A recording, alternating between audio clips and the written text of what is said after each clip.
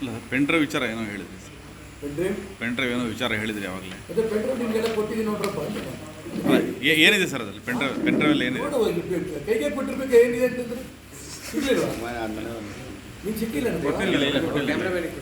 ಅವ್ರು ಯಾಕೆ ಕೊಡಲ್ಲ ಮಾಡ್ತಾ ಇದೆ. ಹಾಗಾಗಿ ನೀವು ಹೋಗಿ ನೋಡಿ ಮಿಕ್ಸ್ ಮಾಡಬೇಡಿ.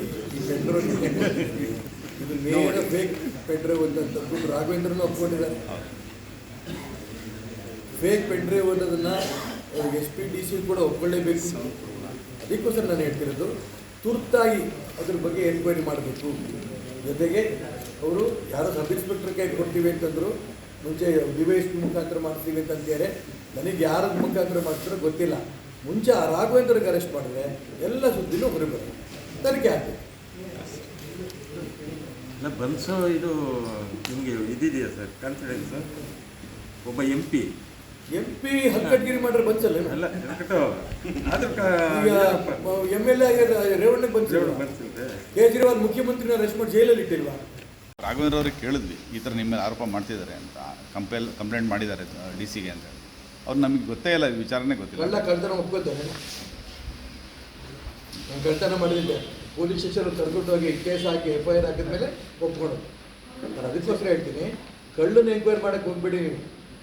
ಎಂಕ್ವೈರಿ ಅರೆಸ್ಟ್ ಮಾಡಾದ್ಮೇಲೆ FIR ಹಾಕಿ ಅರೆಸ್ಟ್ ಮಾಡಿ ಆಮೇಲೆ ಎಂಕ್ವೈರಿ ಮಾಡಿ. ಸುಮ್ಮನೆ ಕರೆದು ಏನಪ್ಪ ನೀನು ಕದ್ದಿದ್ಯಾ ಅಂದರೆ ಏನು ಒಪ್ಕೋತಾನ?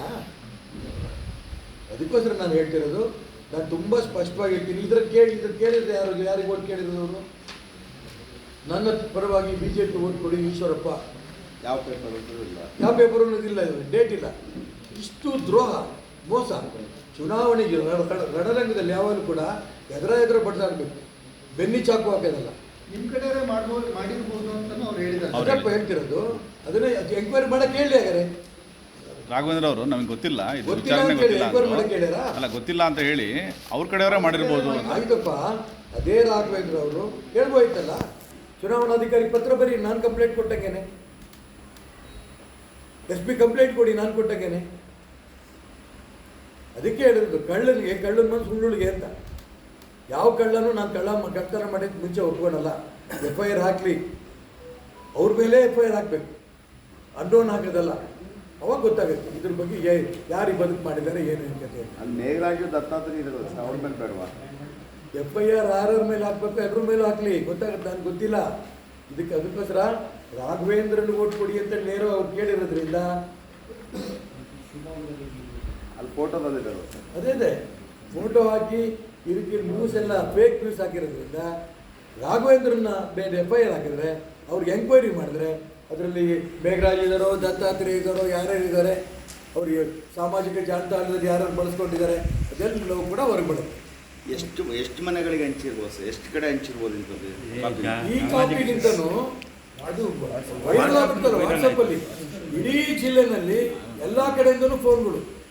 ತಕ್ಷಣ ನಾನು ಪ್ರೆಸ್ ಮೀಟ್ ಮಾಡಿ ವಿಡಿಯೋ TV ಮುಖಾಂತರ ಬಂದಿದ್ದರಿಂದ ಸಾಕಷ್ಟು ಕಡೆ ಇದು ಅವಾಯ್ಡ್ ಆಗಿದೆ. ಆದರೆ ಅಷ್ಟರೊಳಗೇನೆ ಸಾಕಷ್ಟು ಜನ ವ್ಯತ್ಯಾಸ ಗೊಂದಲ ಮಾಡ್ಕೊಂಡಿದ್ದಾರೆ. ಇದು ಎಲ್ಲಿ ಫೋಟೋ ಅಂತ ನಿಮಗೆ ಗೊತ್ತಿಲ್ಲ? ಏನು ಗೊತ್ತಿಲ್ಲ. ಅಲ್ಲ, ಅಂದಾಜು ಯಾವುದೋ ಫೋಟೋ BJP ಇದ್ದಾಗ ಆಗಿನ ಕಾಲದಲ್ಲಿ ಇದ್ದಂಥ ಸಾವಿರಾರು ಫೋಟೋ ಇರುತ್ತೆ. ಯಾವುದು ಅಂತ ಹೇಳಿ ನಾನು ಹಿಂಗೆ ದ್ರೋಹ ಮಾಡ್ತಾರೆ ಅಂತ ಯಾರಿಗೆ ಗೊತ್ತಾಗುತ್ತೆ? ಯಾವ ಪೇಪರು ಅಲ್ಲ, ಅಧಿಕೃತ ಯಾವ ಚಾನಲ್ ಅಲ್ಲ, ಅಲ್ಲೇನು ಹೆಸರಿಲ್ಲ, ಯಾವುದೇ ಫೇಕ್ ಅದು. ಅದೇ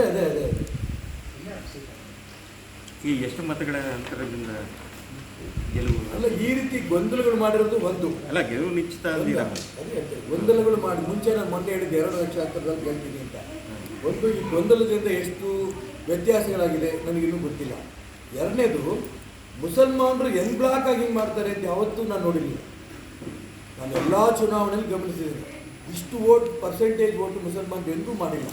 ಹಿಂದಿನ ಅಸೆಂಬ್ಲಿ ಚುನಾವಣೆಗಳು ಮಾಡಿರಲಿಲ್ಲ, ಲೋಕಸಭೆ ಚುನಾವಣೆಗಳು ಮಾಡಿರಲಿಲ್ಲ.